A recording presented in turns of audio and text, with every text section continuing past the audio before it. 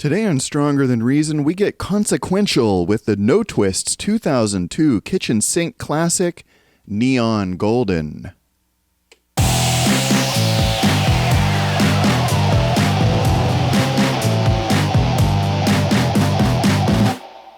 Welcome to Stronger Than Reason. So, if you recall, last episode we spent some time talking about the philosophy behind making really good stew, and how that went hand in hand with the philosophy behind making really good stir-fry, and ultimately how those philosophies map to making really good music. And we specifically discussed the music of one such band, Beastie Boys. Well, of course, many bands are inspired by taking disparate ingredients and mixing them together and letting the flavors blend in novel ways. And these are the bands I like for the most part. I'm less interested in one-note wonders or bands that only play along to a well-established recipe, so to speak.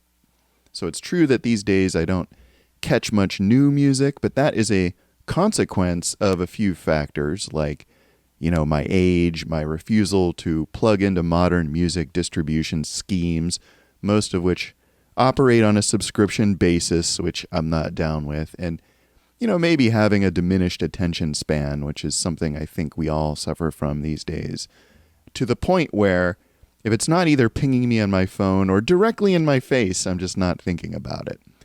But this state of things isn't really something that happened all at once. It happened gradually over the past couple decades.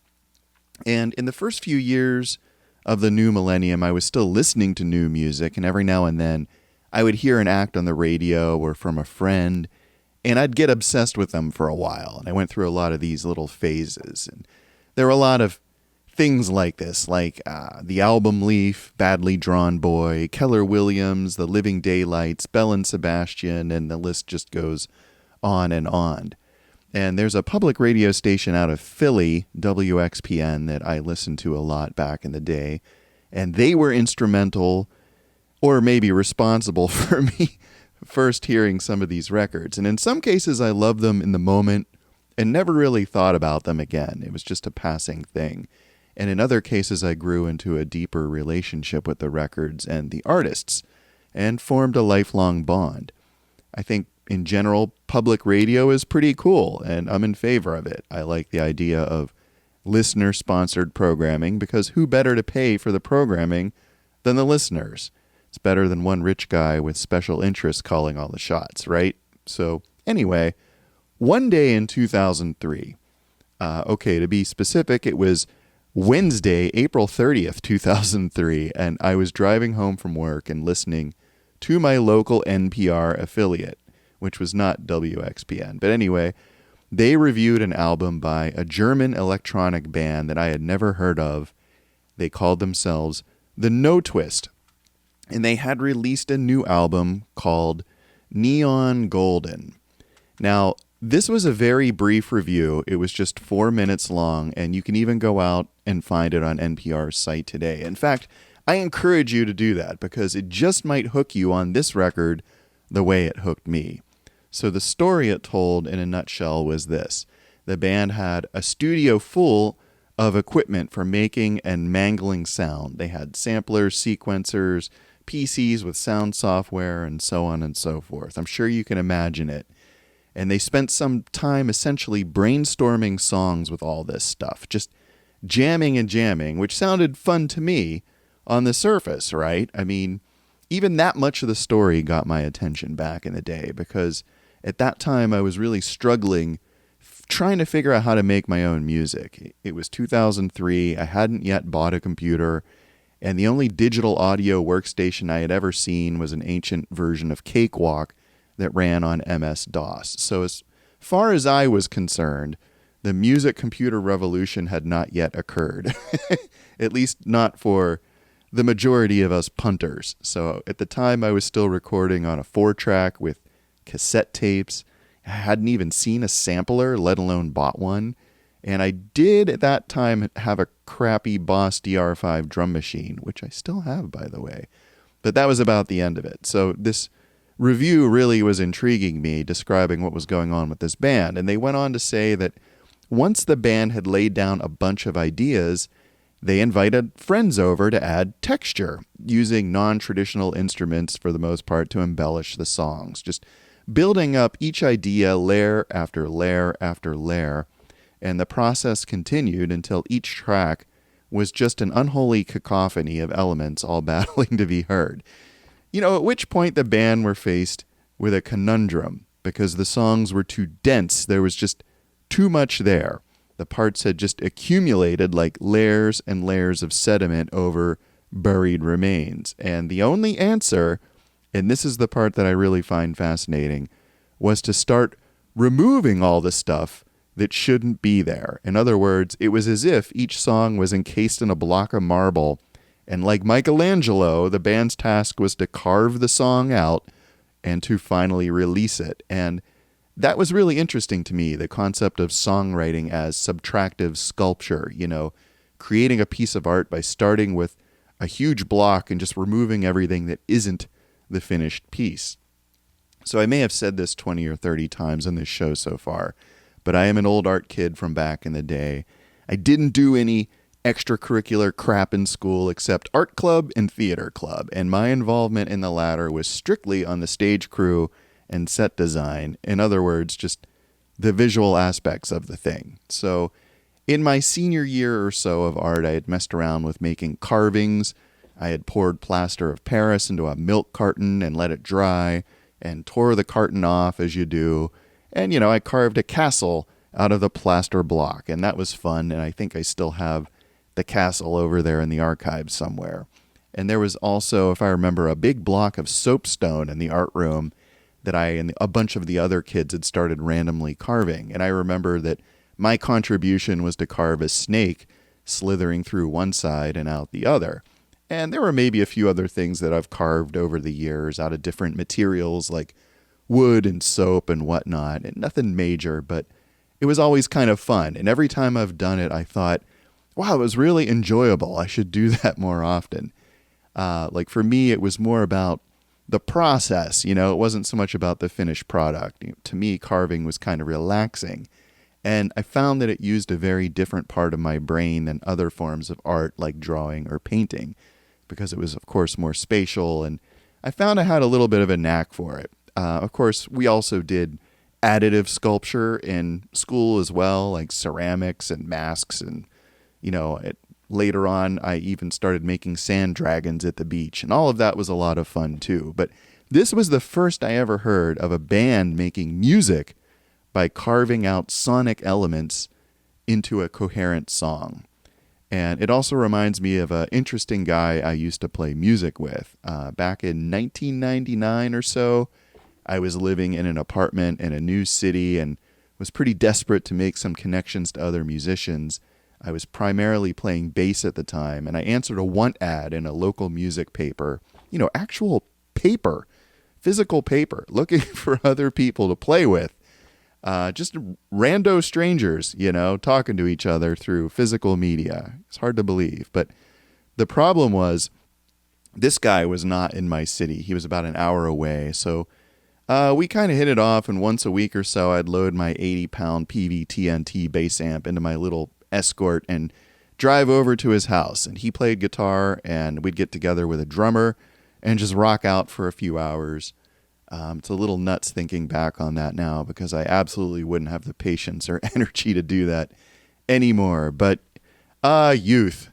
In real life, this guy, though, was some kind of sales rep for industrial equipment, but he also happened to be a great visual artist, in addition to being a pretty good musician. And his house was full of these cool expressionistic paintings and also sculptures. And I remember him showing me some great new stone blanks that he had bought that he was planning to sculpt into statues. And I just couldn't believe that he was able to work a full-time job and still have time to produce so much cool art. It was really inspiring. And, like anything, there was a lesson there about the importance of doing the work, which we talked a lot about in the Jandek episode last month.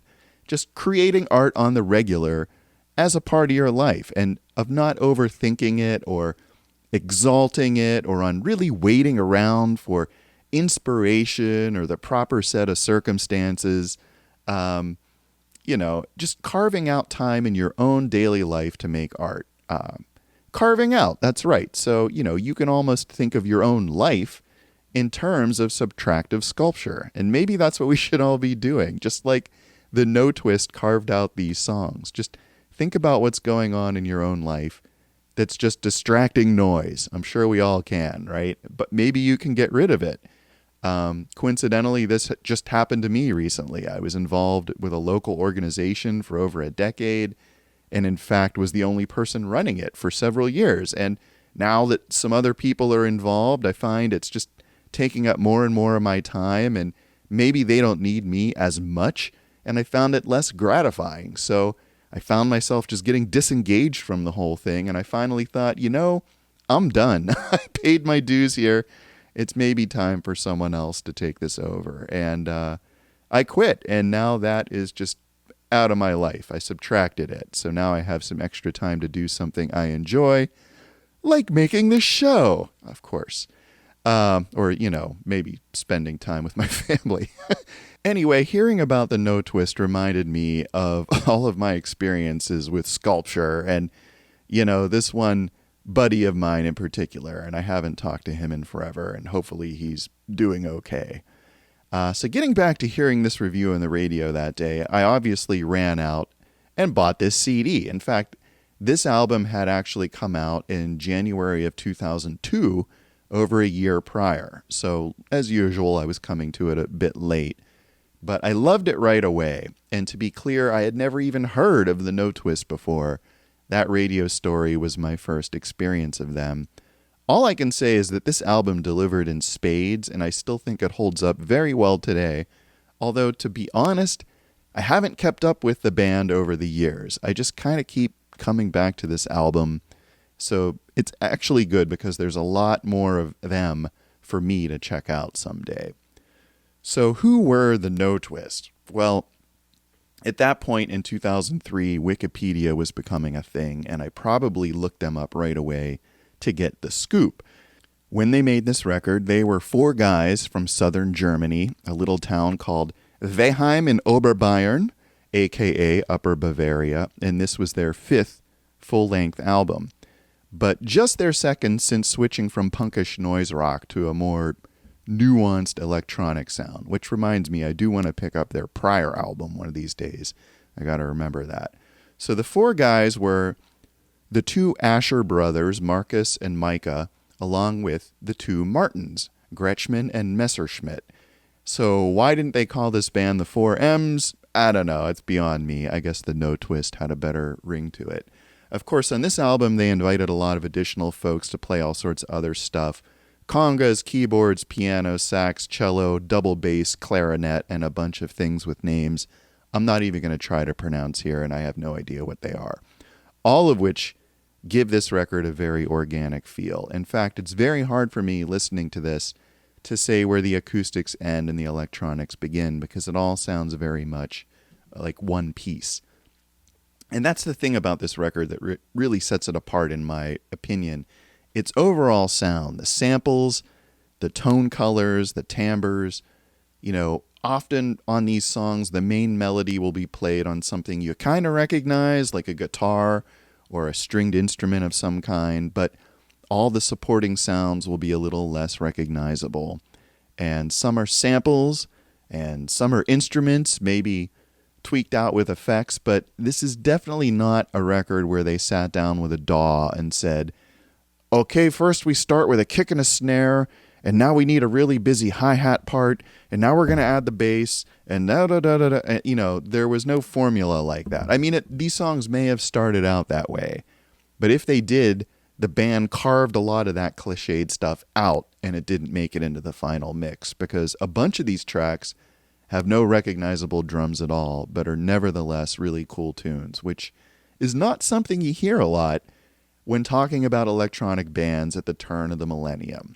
They were just going about things in a very different way. And to me, this album sounds fresh even today. Listening to it still inspires me because it's a great example of using samples in a creative way to provide rhythm and texture, to elevate the melodies and the vocals that ride on top. And it also has a glitch kind of feel to it. You know, it's not like they were an early industrial band sampling monster movies here. It was all really micro samples for the most part, mixed with real-time singing and playing. And again, it's done in such a seamless way that it just feels natural. Lord knows how they pulled this record off live. I have no idea. I have never seen them perform live at all, even on YouTube, so I cannot say. Maybe something to check out. But really, to me, though, at the core of the thing, it doesn't really matter because it's this album that I'm really interested in. And I'm sure I've listened to this album hundreds of times in the last 21 years. So speaking of that, I have very specific memories of this album, and it's probably one reason why I love it so much. Back then, my wife and I both had jobs that required travel. Right when I picked up this CD, she was sent to Phoenix for a 2-week stretch. And I got to tell you, for me, staying home, that's a long 2 weeks. It was just a long 2 weeks. So she came home from that, and it turned out she had to go back again for 2 more weeks later that month. So at that point, I decided, you know what? Maybe I'll go out and spend some time in Phoenix with her. And I did that, and it was a real blast. I flew out there, rented a car, met her at the hotel, and I was listening to Neon Golden that entire week. So listening to it now still makes me think of that. And my routine during that week was kind of fun. We'd get up super early before the heat and we'd walk about 1.5 miles to the Good Bagel store. And then my wife would go to work. And meanwhile, I would take my giant trash can full of hazelnut coffee and go back to the hotel because I was in grad school at the time doing the research I talked about in the last episode. And man, I would get absolutely wired on coffee and just be coding away like a monkey. And it was super productive. I have awesome memories of just blasting this album while doing that stuff. And one day I got it in my head to go to the mall, maybe to, get a change of scenery. And I found a little record store there and I ended up buying this album, Last Rites by Skinny Puppy. Oh yeah. So strangely, my memories of these two albums are intertwined. And maybe that's not so strange, though, because both of them are masterpieces of sampling, just in very different ways. But we will talk about Last Rites some other time. But we did a lot of other cool stuff in that trip. There was a lot going on in Phoenix. We hiked up Camelback Mountain. We had lunch at the Bob, which was the Bank One ballpark, which I understand is now called something else. Not that I care. It turns out we could only really eat lunch there because the Diamondbacks were traveling that week and we couldn't see them play. But it was fun to eat in the stadium and watch the grounds crew working on the field. We also went hiking in Sedona and ate at the only McDonald's in the world, as far as I know, that doesn't have golden arches. The arches there are teal to comply with local laws, which is pretty funny. For the record, I normally hate McDonald's. But I will eat their yogurt parfaits and every now and then, a big breakfast. But that's it. Anyway, we had such a good time on that trip that we briefly considered what it would be like to relocate to Phoenix. And, nothing against Phoenix, but I'm really glad that didn't happen. I think things are hot enough here in the Northeast with the climate changing as it is. I can't imagine choosing to live in the desert these days. So let's look at this CD already. Obviously, a very cool minimalist cover. We can take the booklet out. And the booklet is likewise, it's just full of abstract art and lyrics. And it's funny because I haven't actually looked at the booklet in years and years and years. So it's kind of interesting to see it again. And they cram all of the production info here onto this one back page. So I like the design here. It's very clean.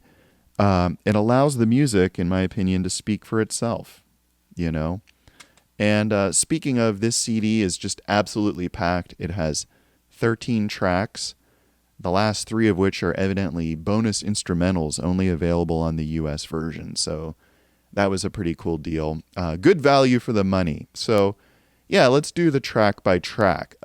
Things start off here with a song called One Step Inside Doesn't Mean You Understand. And this is a very subdued song. The first thing you hear is some plucked mandolin.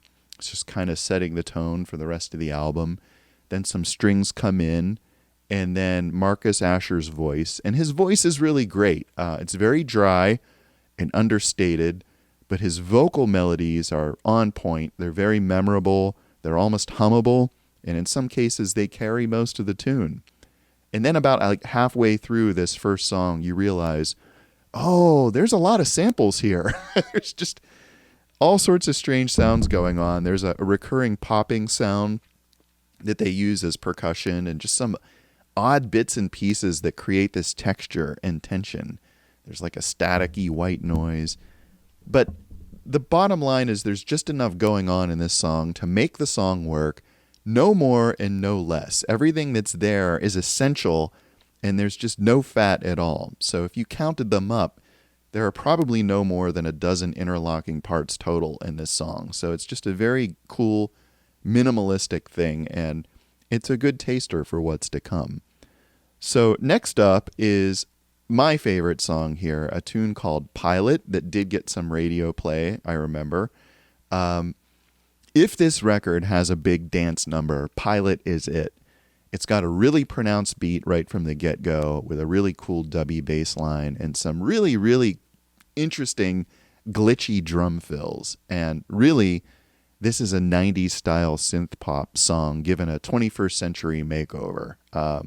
Marcus is singing something here about trains or loving trains or train spotting. I don't know, something about trains anyway. And the song does rock a bit, but the instrumentation is very tiny, if that makes sense. I mean, it sounds to me here like the drums are a little kid's drum kit. It's just very clean and very, very tight.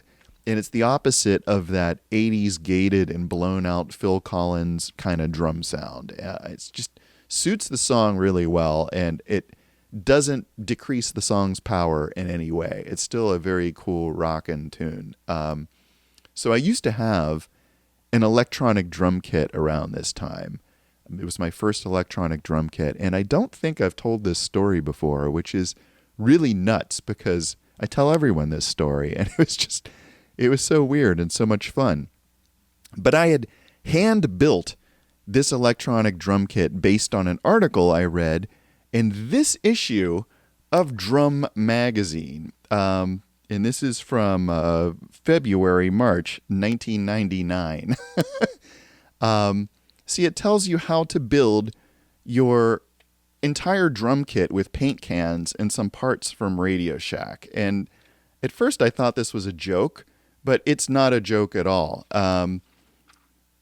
And here it is. There's a schematic for all you have to do is buy this stuff and solder it together and buy a drum module and you're good to go. As a total coincidence, I had just started moving into this apartment, and so I had picked up a little tiny Remo practice kit, just quiet drum pads. I had sold my real acoustic kit months before I moved, so I knew there was no way I'd be able to play actual acoustic drums in my apartment.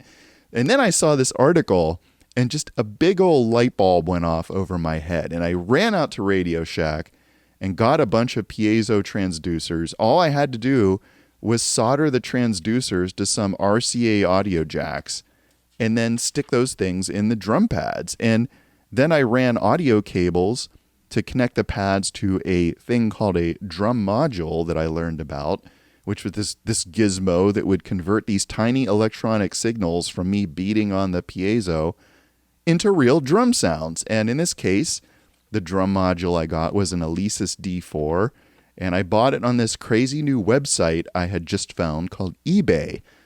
So this all came together like very synchronistically. So I bought this stuff, and I spent a few days putting it all together. And, I lived upstairs in this apartment building above some other dude. And you can imagine what happened the first time I put my headphones on and realized I could hear actual drums in my headphones as I played this little practice kit. Yes, I went completely apeshit on it. And in about 15 minutes of me happily bashing away, security comes knocking on my door asking what the hell I thought I was doing. Are you drumming in there? So after that, I put the kit in my little walk-in closet where, in theory, I figured it would be above the other guy's walk-in closet and maybe less likely to cause a disturbance. And that seemed to work. And folks, that's how I got through my apartment years as a drummer. I made my own electronic drum kit. And here's a picture of it if you're watching on YouTube. RIP. I'm going to pour one out for this thing because I kind of miss it still. That D4, it just had some truly great drum sounds on it. And, one of those presets was actually a pretty accurate match for the drums that I heard on this song, Pilot. It was one of the songs that I put on my drumming mix CD, and I would just play along to it all the time. So I just love this song. It was just a blast to play with. And I do kind of regret selling that kit, to be honest. I've owned Roland V drums since, but really they didn't sound as good compared to that little homemade kit. And I don't think they ever triggered quite as reliably either. So I was just never satisfied with them, and I got rid of them too. The other great thing about that kit was that it was just so small. It was practically portable, though, of course, you can see my cable management could use some work. So who knows, maybe if I'm ever lucky enough to retire, I'll use that extra time to rebuild the thing, get an old Elisa's D4 online. I think I actually still have the transducers here somewhere. But anyway, as you can tell, this song is just a favorite of mine. It's just got a great rhythm. It even has a really cool drop toward the end. It's definitely the danciest song here. Then we go into another fan favorite, Pick Up the Phone, which is a more electronic sounding ballad about, I guess finally calling that special someone, I guess pick up the phone is one of those phrases that doesn't really make much sense anymore now that phones don't have separate receivers. Anyway, this song has a cool rhythm track with a lot of sounds that aren't just more boring drum samples.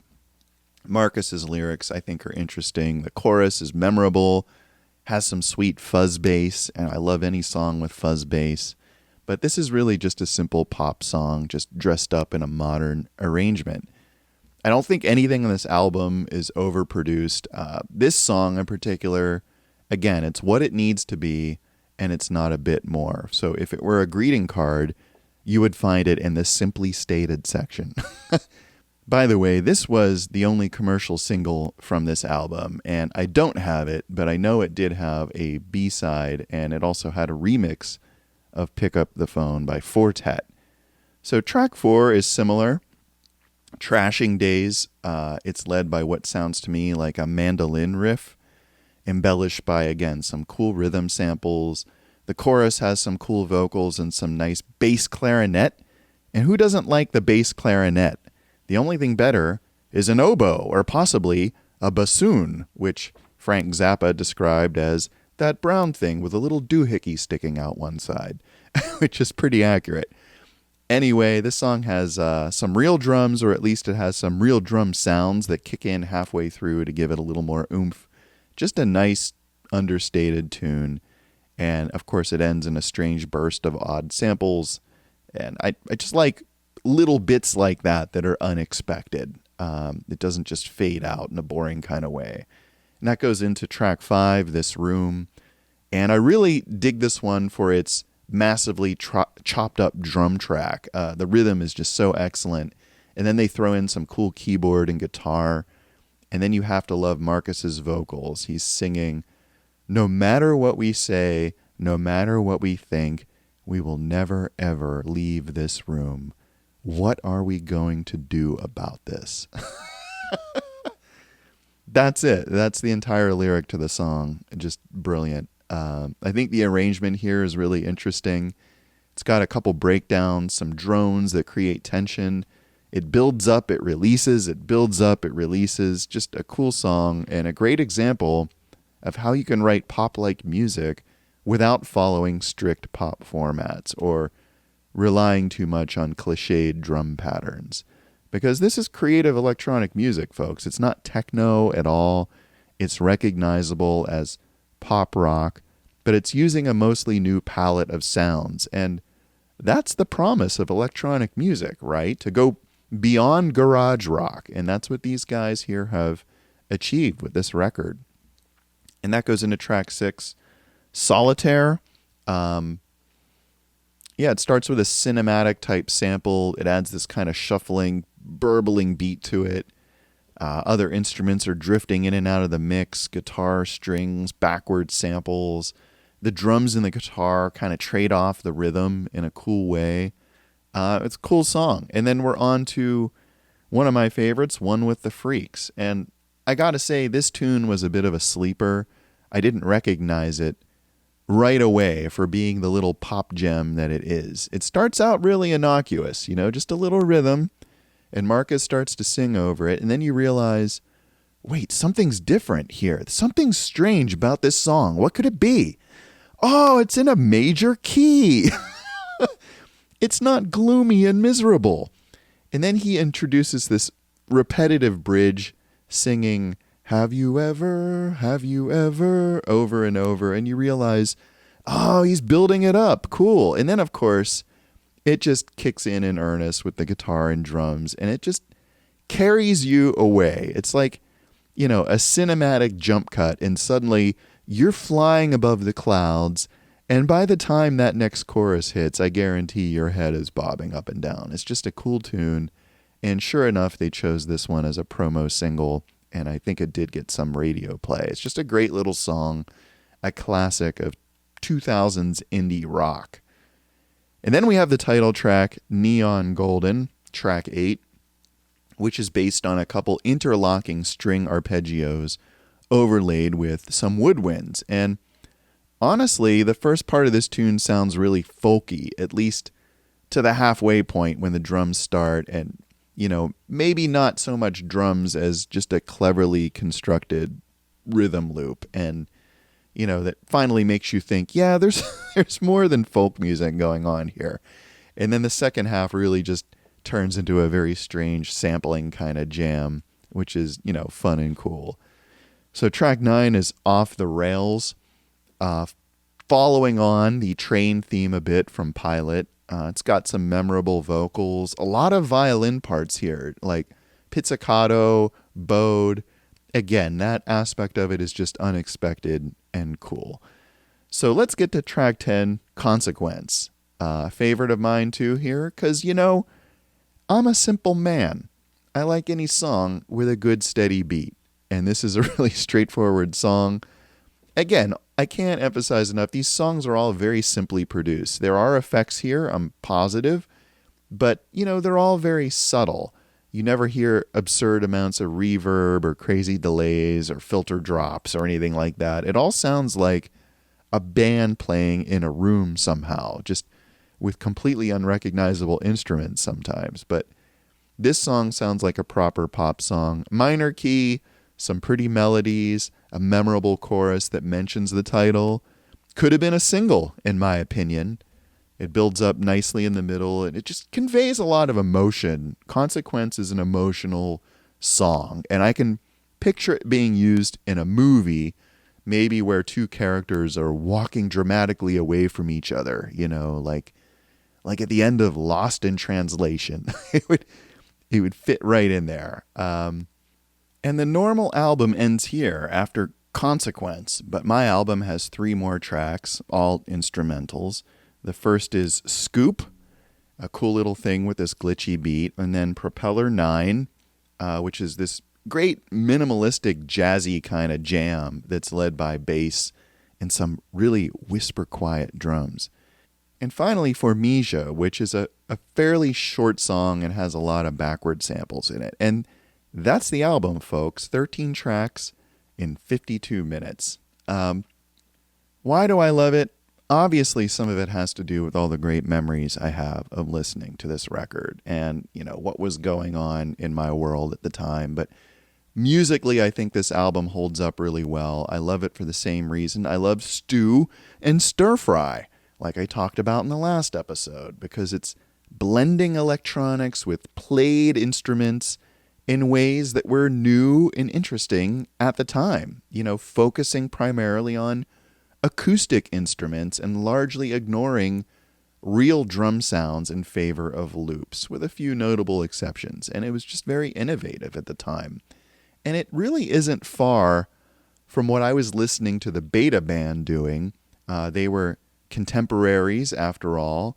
Someday soon, I'd like to get back to the Betas, because I was so inspired by listening to Beastie Boys last episode to dig into other bands that blend a lot of stuff. And the Beta's second album is just a jaw-dropping example of that. And I do want to get back to that at some point. But yeah, the Notwist were also doing this kind of thing in their own unique way.